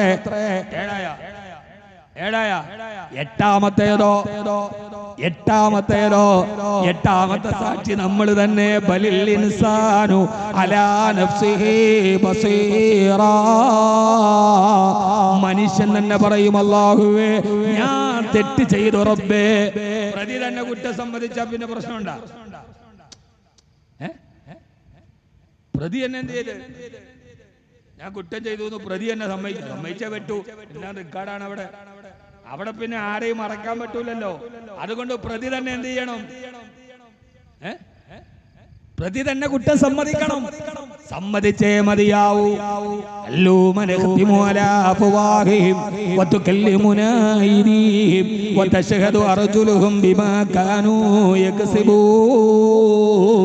അന്നേ ദിവസം നമ്മുടെ കൈകൾ സംസാരിക്കുമത്രേ, കാലുകൾ സംസാരിക്കുമത്രേ, നാവ് സംസാരിക്കുമത്രേ. ആ സമയത്ത് നമ്മൾ കൈകളോട് പറയും, കൈകളെ നിങ്ങൾ എന്തിനാണ് എനിക്കെതിരെ സാക്ഷി നൽകിയത്?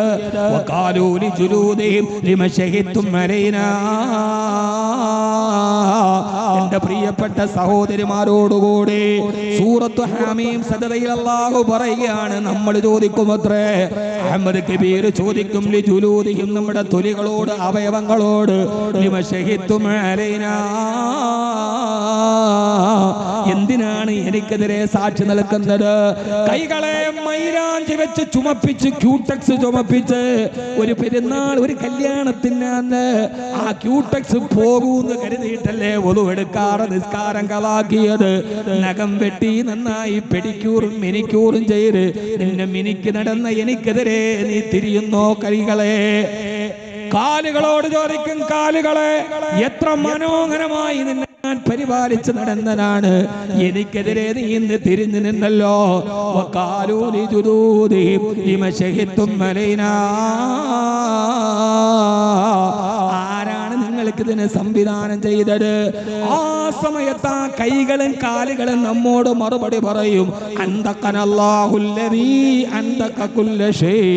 സർവ വസ്തുക്കൾക്കും സംസാരിക്കാൻ കഴിവ് കൊടുത്ത റബ്ബാണ് ഞങ്ങൾക്കും ഇന്ന് സംസാരിക്കാൻ തന്നതെന്ന്. അതുകൊണ്ട് സഹോദരാ സഹോദരി, ഈ മുഴുവൻ സാക്ഷികളെയും മറികടക്കാൻ നമുക്ക് കഴിയോ? 9ാമതൊരു സാക്ഷിയുണ്ട്. ആ സാക്ഷിയാണ് യഅലമു ഖായിനത്തൽ അയുനി വമാ തുഖ്ഫി സുദൂർ. കണ്ണുകളുടെ കള്ളനോട്ടത്തെ പോലും തിരിച്ചറിയുന്ന അല്ലാഹ്.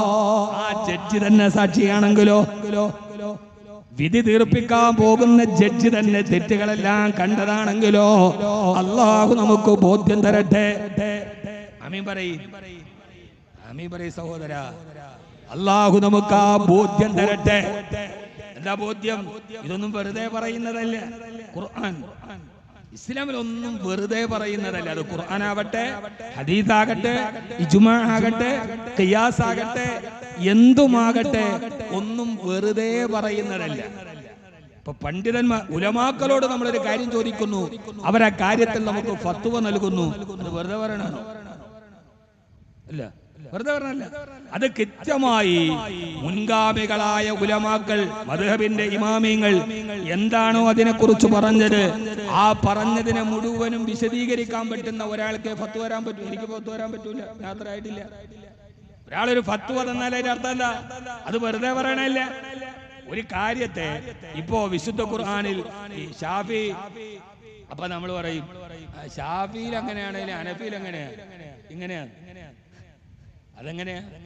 ഇപ്പൊ ഷാഫി മദ്ഹബ് അനുസരിച്ച് തലാഖിന്റെ ദിവസത്തെ നോക്കുമ്പോ അവിടെ ഹൈല ഇതാണ് നോക്കുക. ഹനഫി മദ്ഹബ് അനുസരിച്ച് തുഹറാണ്, ശുദ്ധിയാണ് നോക്കുക. അശുദ്ധിയുടെ ദിവസം എത്ര നോക്കിയിട്ടാണ് തലാഖിന്റെ ഇദ്ദ വെക്കുക ഷാഫി മദ്ഹബ്. ഹനഫി മദ്ഹബില നിങ്ങൾക്കറിയാലോ, ശുദ്ധിയുടെ കാലം നോക്കിയിട്ട്. എന്താ അഭിപ്രായ വ്യത്യാസം? എന്താ അതിന് തെളിവ് ഒറ്റ ആയത്താണ്. വൽ മുത്തല്ലഖാത്തു യതറബ്ബസ്ന ബി അൻഫുസിഹിന്ന സലാസത ഖുറൂ. തലാഖ് ചൊല്ലപ്പെട്ട പെണ്ണുങ്ങൾ സലാസത ഖുറൂ, ശ്രദ്ധിച്ചേക്കണേ, 3 ഖുറൂ അവർ ധരിക്കണം. 3 സലാസത ഖുറൂ. അപ്പൊ ഇവിടെ ഖുറൂവിന്റെ അർത്ഥം എന്താണ്? 3 ഖുറൂ എന്ന് പറഞ്ഞാൽ ശുദ്ധിയാണോ അശുദ്ധിയാണോ? ഇമാം ഷാഫി റഹിമഹുല്ലാഹ് പറഞ്ഞു, എന്തുകൊണ്ട് അവർ നോക്കുമ്പോ ഈ ഖുർആൻ എന്ന് പറയുന്ന പദം സ്ത്രീലിംഗമാണോ പുല്ലിംഗമാണോ? 2 രീതിയിൽ ഉപയോഗിച്ചിട്ടുണ്ട്. ഭാഷാപരമായി അതിന്റെ സ്ത്രീലിംഗമാണോ പുല്ലിംഗമാണോ?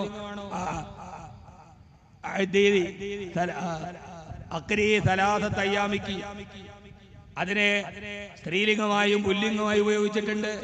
അപ്പൊ പിന്നെ ഒന്നിനെ റാജിഹും മർജൂഹും ആക്കേണ്ട, ഇത് ഏതാണ് പ്രധാനപ്പെട്ടത്? അപ്പൊ ഇമാമുന ഷാഫി റഹിമഹുല്ലാഹ് നഹ്വിന്റെ ഭാഷാർത്ഥം നോക്കി.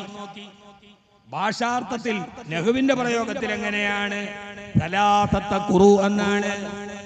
അപ്പോൾ സലാസതം ബിതാഇ കുല്ലിൽ അശറ വഅദിമാഹാദഹാ മുദക്കറ ഫിൽദിദരിദ വൽ മുമയ്യിദ ജുറുരി ജമ്മൻ ബിതാഇ കില്ലതം ബിൽ അക്സരി എന്നാണ് അൽഫിയ. അല്ലേ? അൽഫിയ കാണുന്നില്ല. അപ്പൊ ആ നിയമങ്ങൾ മുഴുവനും അന്ന് അൽഫിയില്ലെങ്കിലും അതിന്റെ നിയമം നോക്കിയിട്ടാണ് ഇമാമുന ഷാഫി റഹിമഹുല്ലാഹിലേക്ക് എത്തിയത്. അല്ലാതെ വെറുതെ പറയുന്നതല്ല. അപ്പൊ ഒരു മുഅ്മിനിനെ സംബന്ധിച്ചോളം അവരുടെ ഹദീസുകളും ഖുർആനുകളും വിശകലനം ചെയ്തിട്ട് നമ്മളോട് പറയുന്നതെന്നാണോ അതിനെ പിൻപറ്റുക എന്നതാണ് ഒരു വിശ്വാസിയുടെ ഏറ്റവും പ്രധാനപ്പെട്ട ബാധ്യത. അതിലെയാണ് നമ്മുടെ പാരമ്പര്യങ്ങളും പ്രമാണങ്ങളും പോവുക. ഇതെല്ലാം ഖുർആനിന്റെയും ഹദീസിന്റെയും വിശാരദന്മാർ നമ്മോട് പറഞ്ഞതാണ്. അല്ലാഹു സുബ്ഹാനഹു വ തആല യഅലമു മാ ബൈന അയ്ദീഹിം വമാ ഖൽഫഹും. നിന്റെ പുറകിലും നിന്റെ മുമ്പിലുമുള്ളതെല്ലാം അറിയുന്ന നിന്റെ റബ്ബ് ഇത് കണ്ടിട്ടുണ്ട്. അപ്പൊ പിന്നെ ജഡ്ജി തന്നെ ഇത് കണ്ടാൽ പിന്നെ നിഷേധിക്കാൻ പറ്റുമോ? പ്രതികുറ്റം സമ്മതിച്ചു. അപ്പൊ ജഡ്ജി പറയാ, നീ സമ്മതിച്ചാൽ ഇല്ലെങ്കിൽ നമുക്ക് ഞാൻ ഇത് കണ്ടതാടാ എന്ന് പറഞ്ഞാൽ പിന്നെ തീർന്നില്ലേ? പ്രതി എല്ലാ തെളിവുകളും എതിരായപ്പോ പിന്നെ പ്രതി കുറ്റം സമ്മതിച്ച്. അപ്പൊ പറഞ്ഞു, ഈ കുറ്റം സമ്മതിക്കണ്ട, ഇതെല്ലാം ആര് കണ്ടതാണ്? ഞാൻ കണ്ടതാണ് എന്നല്ലാഹു പറഞ്ഞാൽ പിന്നെ അതിനപ്പുറത്തേക്ക് നമുക്ക് എന്ത് വാദങ്ങളാണ് പറയാനുള്ളത്? അല്ലാഹുവേ പടച്ചവനെ, അതുകൊണ്ടാണ് മഹാനായ സയ്യിദുനാ ഉമർ ഇബ്നുൽ ഖത്താബ് റളിയല്ലാഹു തആല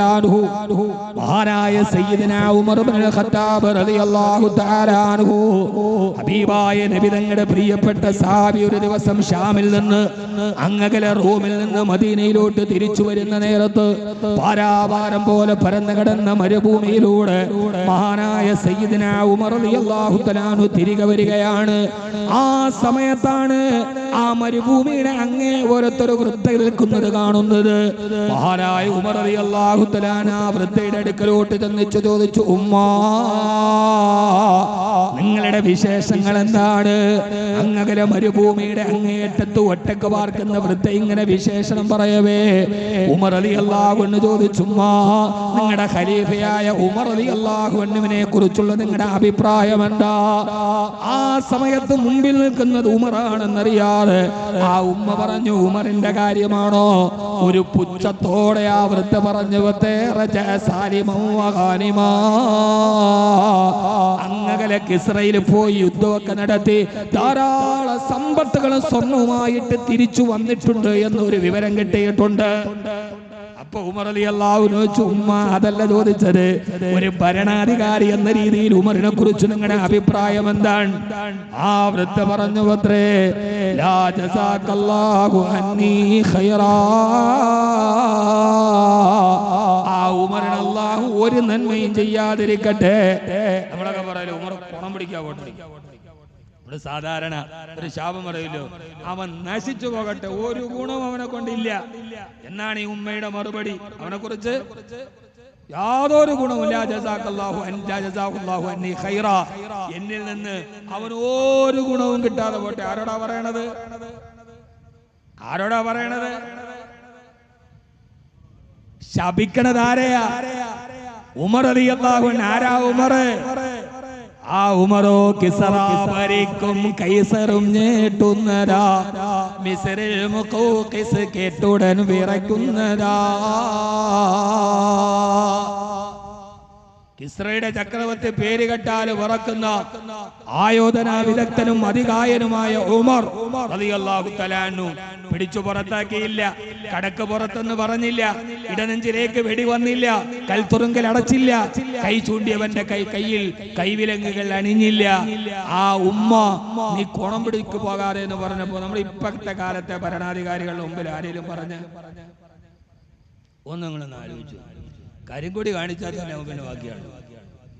എല്ലായിടത്തും ഇമ്മ UDF, ഇമ്മ LDF. ഞാൻ ഇപ്പോഴത്തെ കാര്യമല്ല പറയണത്, നിങ്ങൾ അതിനിപ്പോ ഗ്യാസാക്കിയിട്ട് ഇപ്പോഴത്തെ അല്ല. ഇമ്മ LDF, ഇമ്മ UDF, ഖാരിജ, അതല്ലാത്താണേലും എല്ലാം കഥയാണ്. വിമർശിക്കുന്നത് ആർക്കും ഇഷ്ടമല്ല. സ്തുതിപാഠകരെയാണ് എല്ലാവർക്കും ഇഷ്ടം. സ്തുതി പറയാൻ ഭയങ്കര ഇഷ്ടം, വിമർശിക്കുന്ന ആർക്കും സഹിക്കില്ല. ഒരു പൊതുതത്വമാണ്.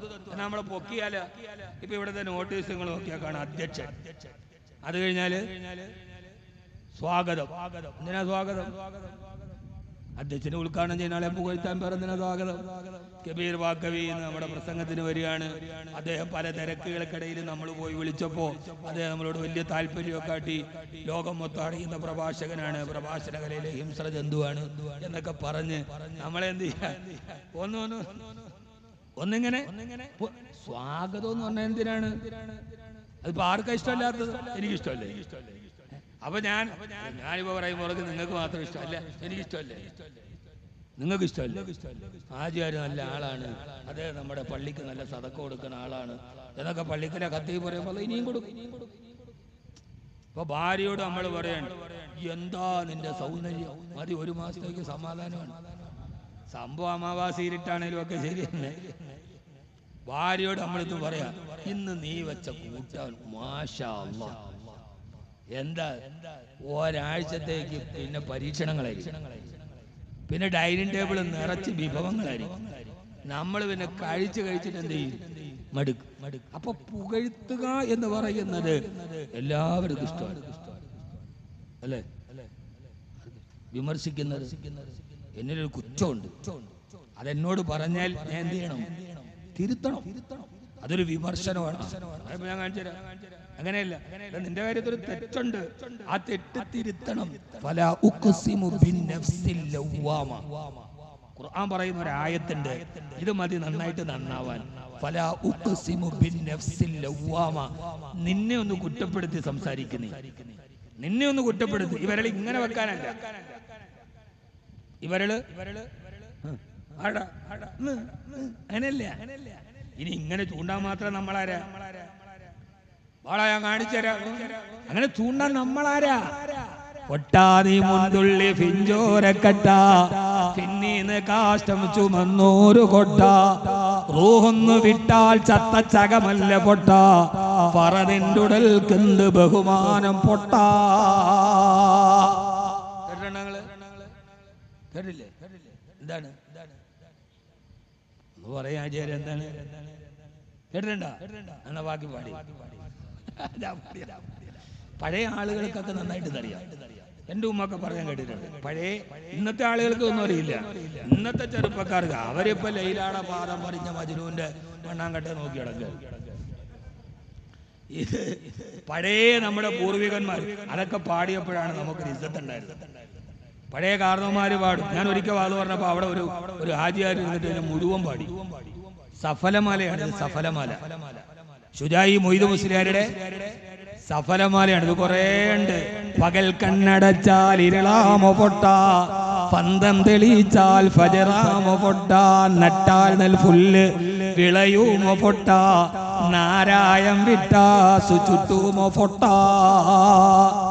ചോദിക്കണ പൊട്ടാന്നാണ്. എടാ പൊട്ട നിങ്ങളല്ലേട്ടാ. ഞാൻ എന്നെ പറയണ എനിക്ക് ഇവിടെ സലാമത്തായിട്ട് പോണം. അല്ലേ തന്നെ ഇത് ഒന്നാമത് ദുർബല പോരാത്തൊരു ഗർഭിണി എന്ന് പറഞ്ഞ മാതിരി, തന്നെ അടക്കാൻ പറ്റാത്ത സമയത്താ ഗർഭിണിയായെന്ന് പറഞ്ഞ മാതിരി. ഒന്നാമത് തന്നെ പ്രശ്നമാണ്. അതിൻ്റെ ഇടയിൽ നിങ്ങളെ ഒന്നുമല്ല എന്നെ പറയണ. എടാ പൊട്ട എടാ പൊട്ട പൊട്ടാ നീ മുന്തുള്ളി. എടാ പൊട്ടാന്ന് വിളിക്കുക, പായല്ല, ഫായ. ഇപ്പോഴും ലക്ഷദ്വീപിൽ പാ പറയൂല, ഫായാണ്. ഞാനൊരിക്കൽ ലക്ഷദ്വീപ് വന്നു പോയി. ഒരു കുട്ടി ഒരു പാത്രം, കഞ്ഞിപ്പാത്രം വിളിച്ചിട്ട് വരിക, സ്കൂളിൽ നിന്ന് വരികയാണ്. അപ്പൊ ഞാൻ ചോദിച്ചു, കുട്ടിയെ നീ എവിടെ പോയി? ഈ സ്കൂളിൽ പോയി. സ്കൂളെന്ന് വരില്ല, ഈ സ്കൂള്. ഞാൻ ഇതിനകത്ത് എന്താണ് അത്? ഫയർ ഫുളുങ്ങിയത്, ഫയറും കുരു ഫുളുങ്ങിയത്. ഫായ പറയും. അതേ പഴയ ഭാഷയാണ്. എടാ ഫൊട്ട, എടാ ഫൊട്ട നീ ആരാ? ഇത്ര വലിയ നെഞ്ചും വിരിച്ച് ആരുണ്ടടാ എന്നോട് എതിരിടാൻ എന്ന് പറഞ്ഞ് നെഞ്ചും വിരിച്ച് നീ നിൽക്കുമ്പോ ആരാണെന്ന് നീ ചിന്തിച്ചിട്ടുണ്ടോ? ഫൊട്ട നീ മുന്തുള്ളി ഫിഞ്ചോരക്കട്ട, പിന്നീന്ന് കാട്ടം ചുമന്നോരു കൊട്ടാറൂഹൊന്നു വിട്ടാൽ ചത്ത ചകമല്ല പൊട്ട, പറതിൻ്റുടൽക്കെന്ത് ബഹുമാനം പൊട്ട.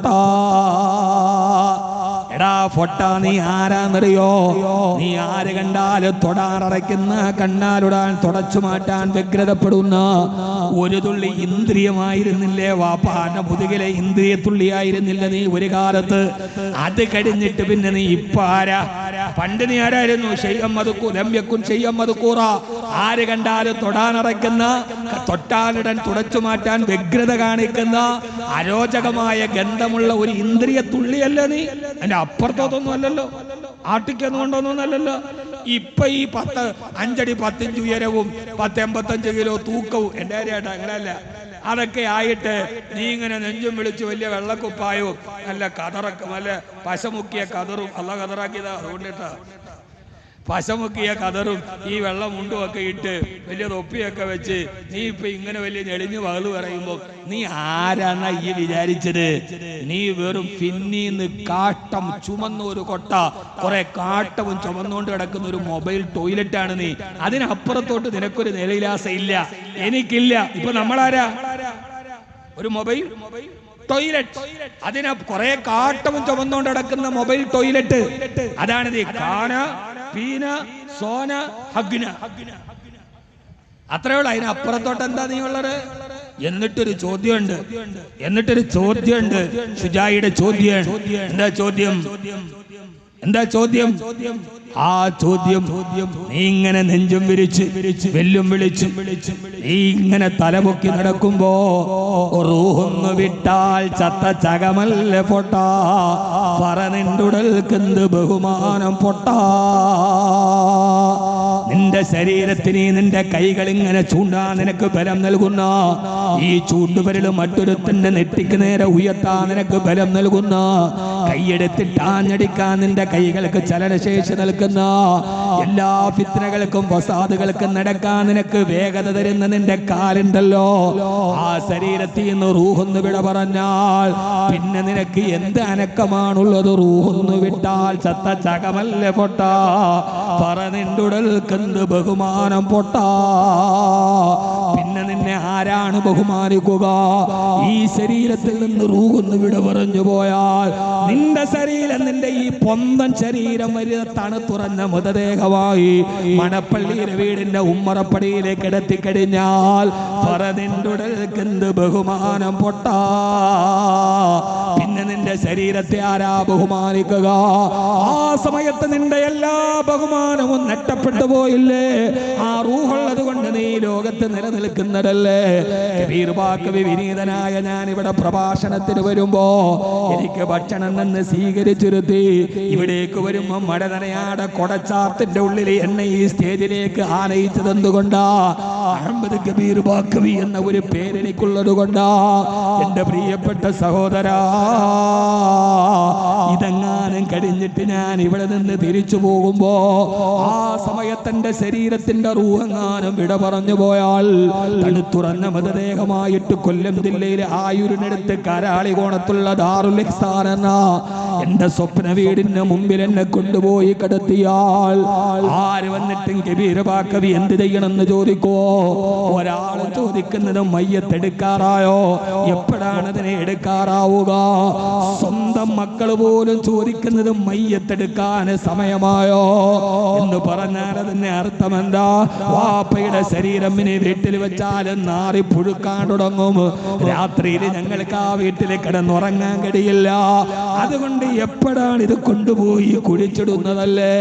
എന്റെ സഹോദര സഹോദരി, അഹങ്കാരത്തിനും എല്ലാത്തിനും നമുക്ക് പ്രചോദനം തരുന്ന ഈ ശരീരം അതേത് സമയത്ത് നിലയ്ക്കുന്നതാണെന്നിരിക്കെ, ഈ ലോകത്ത് നിന്ന് വിട പറയുന്നതാണെന്നിരിക്കെ, ആ ഒരു അഹങ്കാരത്തെ നിങ്ങളുടെ ലോകത്ത് നിന്ന് മാറ്റിവെക്കുക എന്ന് മഹാനായ സയ്യിദനാ ഉമർ ഇബ്നുൽ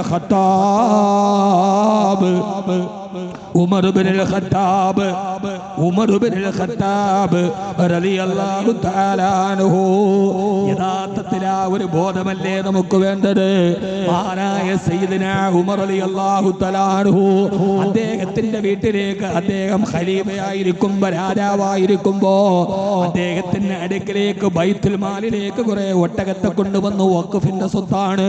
ആ ബൈത്തുൽ മാലിന്റെ ഒട്ടകത്തെ കൊണ്ടുവന്ന് ഉമർ റളിയല്ലാഹു അൻഹുവിന്റെ മുമ്പിൽ കൊണ്ടുവരുമ്പോ അതിൽ അവര് നട്ടുച്ച നേരത്ത് ഉമർ റളിയല്ലാഹു തആല ഒട്ടകത്തെ കറക്കാൻ പോവുകയാ. കറക്കാൻ പോകുന്ന സമയത്ത് സക്കാത്തിന്റെ മുതലായിട്ട് വന്ന ബൈത്തുൽ മാലിന്റെ പൊതുജനങ്ങൾക്ക് അവകാശമുള്ള, എല്ലാവർക്കും അവകാശമുള്ള വഖഫിന്റെ സ്വത്ത് അതിന്റെ കൂടെയുണ്ട്. മഹാനായ ഉമർ റളിയല്ലാഹു അൻഹുവിന്റെ ചിന്ത, അല്ലാഹുവേ, എന്നെ എല്ലാവരും വിശ്വസ്തയോടെ ഏൽപ്പിച്ചതല്ലേ, ആ ഒട്ടകത്തിന്റെ പാലങ്ങാനും ബൈത്തുൽ മാലിലെ പാലങ്ങാനും മറ്റതിൽ ചേർന്നു പോയാലോ എന്ന് വിചാരിച്ചിട്ട് വഖഫായി കൊണ്ടുവന്ന ഒട്ടകത്തിന് അടയാളമിടുകയാണ്. ആര്? ഉമർ റളിയല്ലാഹു അൻഹു ഉദ്യോഗസ്ഥരെ ഏൽപ്പിച്ചില്ല. അവരെങ്ങാനും മാറിയെങ്ങാനും അടയാളമിട്ടാലും ഉത്തരവാദിത്വം ഉമറിനല്ലേ. ഞാൻ അവനെ ഏൽപ്പിച്ചു, അവൻ ചെയ്തെന്ന് എനിക്ക് പടച്ചവനോട് പറയാൻ പറ്റില്ലല്ലോ സഹോദരാ.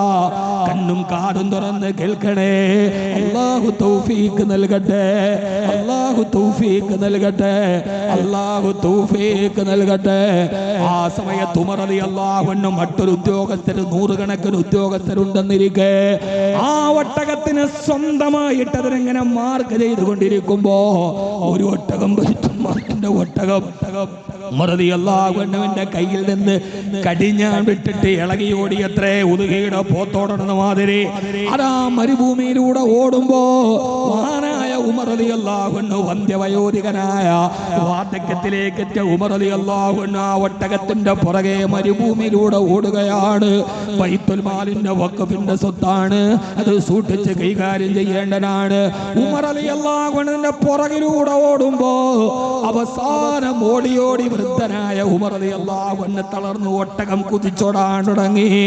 ആ സമയത്താണ് തന്റെ വീടിന്റെ ജാലകവിരി നോക്കുമ്പോ മഹാനായ സയ്യിദുന അലി റളിയല്ലാഹു തആല ഈ കാഴ്ച കാണുന്നു. ഒരൊട്ടകത്തിന്റെ പുറകെ പാവപ്പെട്ട ഉമർ റളിയല്ലാഹു അൻഹു മണലിലൂടെ ഓടി തളരുന്നത് കണ്ടപ്പോ അലി റളിയല്ലാഹു അൻഹു വിളിച്ചു, അത്രയാ അമീറുൽ മുഅ്മിനീൻ, അല്ലയോ വിശ്വാസികളുടെ നേതാവേ,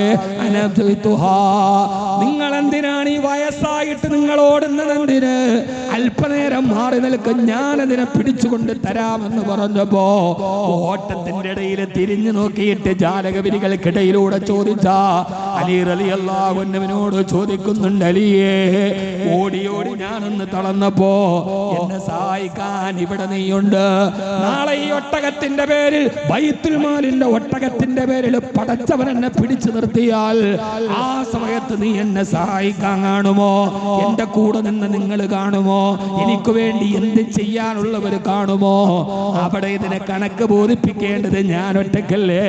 അതുകൊണ്ട് അലിയേ, ഇത് ഞാൻ കൈകാര്യം ചെയ്തു കൊള്ളാമെന്ന് പറഞ്ഞു സയ്യിദുന ഉമർ റളിയല്ലാഹു അൻഹു.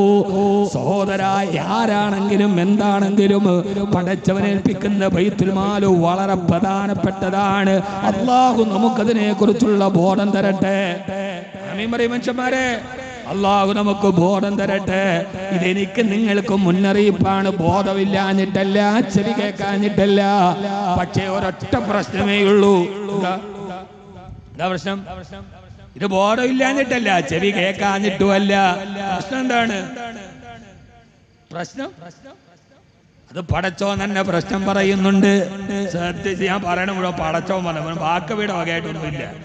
ഇന്നാ ജഅൽനാ ഫീ അഗ്നാകിഹിം അഗ്ലാലാ ഫഹിയ ഇലൽ അദ്ഖാനി വഹും മുഖ്മഹൂൻ വജഅൽനാ മിൻ ബൈനി ഐദിഹിം സദ്ദാ വമിൻ ഖൽഫിഹിം സദ്ദാ ഫഅഗ്ശൈനാഹും ഫഹും ലാ യുബ്സിറൂൻ. ഇന്നാ ജഅൽനാ ഫീ അഗ്നാകിഹിം അഗ്ലാലാ, അവരുടെ ചുമലിൽ ഞാൻ ചില ചങ്ങലക്കെട്ടുകൾ ഇട്ടിട്ടുണ്ട്. ഫഹിയ ഇലൽ അദ്ഖാനി വഹും ആ കെട്ടുകൾ പൊട്ടിച്ചെറിയാൻ അവർക്ക് കഴിയുന്നില്ല. ആ ചങ്ങലക്കെട്ട് ചിലപ്പോ രാഷ്ട്രീയമാവാം, അത് ചിലപ്പോ നാട്ടിലെ പ്രധാനപ്പെട്ട പദവികളാകാം, അതല്ലെങ്കിൽ ഞാൻ എങ്ങനെയായാൽ തിരുത്തിയാൽ എന്താകുമെന്നുള്ള മിഥ്യാബോധമാവാം. അവർക്ക് ചില ചങ്ങലക്കെട്ടുകളുണ്ട്. ചില ചങ്ങലക്കെട്ടുകൾ ഇതൊക്കെ എനിക്ക് അറിയാം, എന്നിട്ട് ഞാൻ തിരുത്താ. പിന്നെ ഞാൻ ജീവിച്ചിരുന്നിട്ട് എന്താ കാര്യം? പിന്നെ ജീവിച്ചിരുന്നിട്ട് എന്താ കാര്യം? തിരുത്തണം. നമ്മൾ സ്വയം ചെയ്യണം. മനുഷ്യന്മാരെ തിരുത്തണം. എന്റെ പൊന്ന് സഹോദരൻ, തിരുത്തിയേ പറ്റൂ. ഞാൻ എന്നോടാണേലും നിങ്ങളോടാണേലും തിരുത്തിയേ പറ്റൂ. എപ്പോ? അവരെ മുമ്പിലും തടസ്സമുണ്ട്, പുറകിലും ചില തടസ്സങ്ങളുണ്ട്. ആ തടസ്സമാണ് പ്രശ്നം. അതിനെ മാറ്റണം. ഇതെനിക്ക് പ്രശ്നമല്ല, എനിക്കെന്റെ റബ്ബിന്റെ കോടതിയാണ് വലുത്. എല്ലാ തടസ്സങ്ങളും മാറ്റണം. അങ്ങനെ മാറ്റാൻ ഇതാരോടാ പറയേണ്ടത്? ഇന്നമാ തുന്ദിറു മനിത്തബഅ ദിക്റ വഖശിയ റഹ്മാന ബിൽ ഗൈബ് ഫബശ്ശിറുഹു ബിമഗ്ഫിറത്തിൻ വഅജ്രിൻ കരീം. യാസീന്റെ അർത്ഥം ഇങ്ങനെയാ. നിങ്ങൾക്ക് ഇതുവരെ ഓർത്തിട്ടുണ്ടോ? ഈ യാസീൻ എന്ന് ഓതനുണ്ടല്ല, ആ ഓതനയുടെ അർത്ഥം ഇതാന്ന് നിങ്ങൾ ഇതേവരെ ഓർത്തിട്ടുണ്ടോ? നമ്മുടെ യാസീനോത്ത്, പ്രത്യേകിച്ച് മലയാളികളുടെ യാസീനോത്ത് ഒരു മഹാ തമാശയാണ്. നമ്മൾ ഖുർആൻ ഓതണ പോലെ ലോകത്തൊരു മനുഷ്യൻ ഖുർആൻ ഓതണം, മലയാളികൾ ഓതണമായിരുന്നു. അതിനൊരു പ്രത്യേക താളവും ഈണമൊക്കെ. അറബികൾ ഓതണം. നമ്മൾ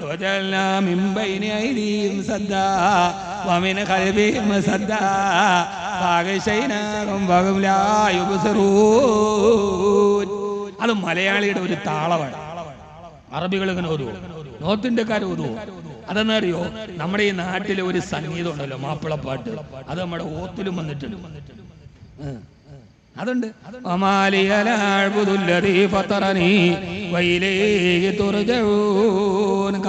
മല കണ്ട പൂങ്കാറ്റ് കാരക്ക നീ കൊണ്ടുവന്നാട്ടെ, കാരക്ക നയിക്കുന്ന നാടിന്റെ മധുവൂറും കിസ്സ പറഞ്ഞാട്ടെ.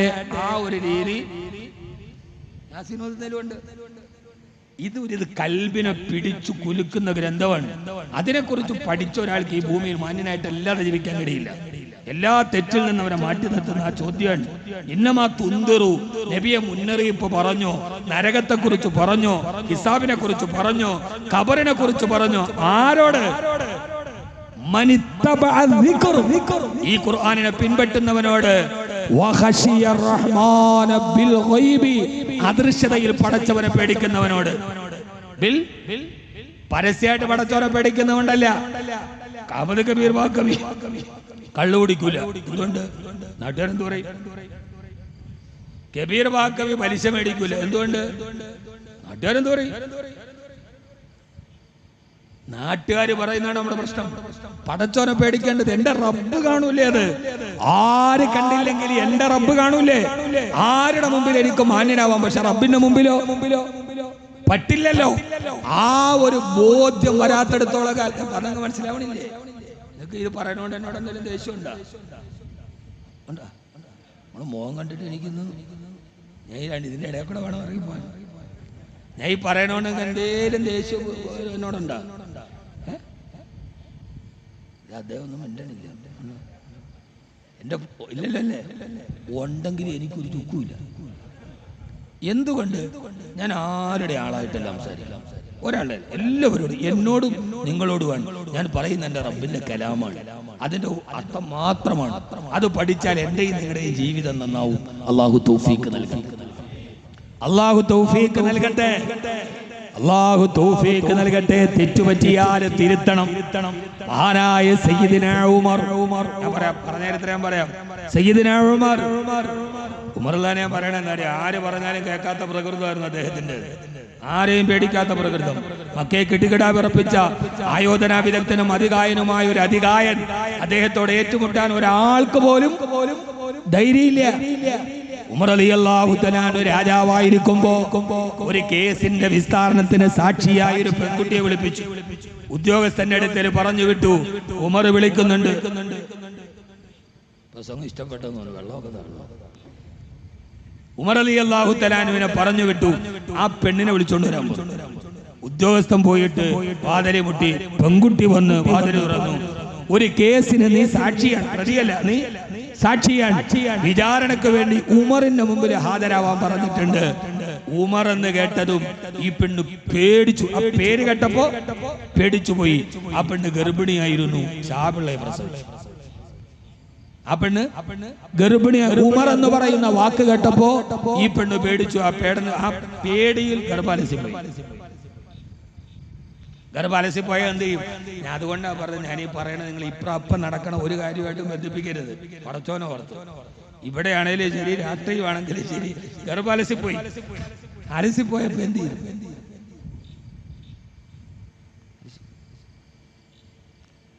അത്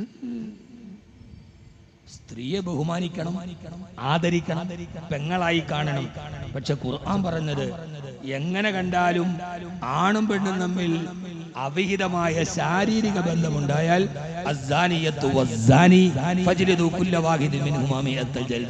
വ്യഭിചരിച്ച ആണിനും പെണ്ണിനും 100 അടി കൊടുക്കും. അതിനകത്ത് പെണ്ണിന് പ്രിവിലേജ് ഒന്നുമില്ല. ആണ് പോയി ബസ് അങ്ങോട്ട് പോയി ഇടിച്ചാന്നും പറയാൻ പറ്റത്തില്ല. ശാരീരിക ബന്ധം ഉണ്ടായോ ആ തെറ്റിൽ രണ്ടുപേരും ഒരേപോലെ. വ്യഭിചരിച്ച ആണിനെയും പെണ്ണിനെയും ഒരേപോലെ ശിക്ഷിക്കണം. അതിനകത്ത് പെണ്ണിന് പ്രിവിലേജ് ഒന്നുമില്ല ഇസ്ലാമിക നിയമത്തിൽ. ഇവിടെ ഉണ്ടോന്നില്ല, ഉണ്ടാ. അതിൽ രണ്ടുപേരും ഒരേപോലെ കുറ്റക്കാരാണ്. നമ്മുടെ നാട്ടിൽ ഒരാൾ പറഞ്ഞാലും എന്ന് ഒരു ബസ് പോയി പോസ്റ്റ് ഇടിച്ചു. ഇതെങ്ങനെയാണ് ഇടിച്ചത്? ഞാൻ ഇങ്ങനെ സ്പീഡിൽ പോകാതെ പോസ്റ്റ് വന്ന് എന്റെ വണ്ടിയിൽ ഒറ്റ ഇടി. ആ കാക്ക പറയാണ് ഈ പോസ്റ്റ് പോയി, ആ പോസ്റ്റ് വന്ന് എന്റെ വണ്ടിയിൽ പോയി. നമ്മൾ മിക്കവാറും ഒരു കാര്യം പറയുമ്പോഴാണ് പോസ്റ്റ് വണ്ടി പോയി പോസ്റ്റ് ഇടിച്ചല്ല, പോസ്റ്റ് വന്ന് വണ്ടിയിൽ ഇടിച്ചാണ്. അത് സമ്മതിക്കാൻ നമ്മളെ കൊണ്ട് പറ്റില്ല. സമ്മതിക്കുമ്പോഴാണ് ഒരുത്തൻ വലിയവനാണ്, മറച്ചു വെക്കുമ്പോഴാണ് ഒരുത്തൻ നിസ്സാരനാവും. സമ്മതിക്കും, എനിക്ക് തെറ്റുപറ്റി, ഞാൻ മലക്കല്ല, മനുഷ്യനാണ്, മനുഷ്യൻ തെറ്റുപറ്റുന്നവനാണ്. സഹോദരങ്ങളെ, എന്തുകൊണ്ട് അവർ പരസ്യപ്പോയി? വലിയ പ്രശ്നമായി. ഉമർ റളിയല്ലാഹു അൻഹുവിനോട് വന്നിട്ട് ആ കൃത്യം പറഞ്ഞു. ആരരെ അയാൾ ആ പെണ്ണിന്റെ ഗർഭം അലസിപ്പോയി. ഉമർദാന് പേടിയായി. പടച്ചോനെ, ആ പെണ്ണിന്റെ ഗർഭം പോയാൽ ഒരു കുഞ്ഞ് മരിച്ചു പോയല്ലോ, എന്താ ചെയ്യുക? അല്ലാഹു നമുക്ക് തൗഫീഖ് നൽകട്ടെ. ആമീൻ പറയ്. അല്ലാഹു നമുക്ക് തൗഫീഖ് നൽകട്ടെ. ബദറിലും മികന്തൊരു ശോഭ നബി, ബീവി ആമിനത്തന്റെ സബി, വലതുൽ അമീനായി വന്ന നബി, ആമന്ന ബി റസൂലില്ലാഹി ഹസ്ബി റബ്ബി. മഹാനായ ഉമർ റളിയല്ലാഹു ഈ പടയാളി വന്ന് വിവരം പറഞ്ഞപ്പോ മഹാനവറുകളെ എല്ലാവർക്കും വല്ലാത്ത സങ്കടമായി. പടച്ചവനെ, ഞാൻ കാരണത്താൽ ഒരു സ്ത്രീയുടെ ഗർഭമലസിപ്പോയല്ലോ. എല്ലാ അഗ്രഗണ്യരായ സാഹിബത്തിനെ വിളിച്ചു നോക്കിയിട്ട് ഫത്വ ചോദിച്ചു. എല്ലാരോടും ഈ വിഷയം പറഞ്ഞിട്ട് ചോദിച്ചു, ഞാനിതിന് തെറ്റുകാരനാണോ അല്ലയോ? ആരാണ് തെറ്റ് ചെയ്തത്? ഞാനിതിന് തെറ്റുകാരനാണോ? എല്ലാ സാഹിബത്തിനെയും വിളിച്ചു നിർത്തിയിട്ട് ഫത്വ ചോദിച്ചു. ഫത്വ എന്ന് പറഞ്ഞാൽ അഭിപ്രായം, തീരുമാനം, അത് ചോദിക്കണം. ഉമർ റളിയല്ലാഹു അൻഹു, ഞാനാണ് രാജാവ്, ബാക്കിയുള്ളവരൊക്കെ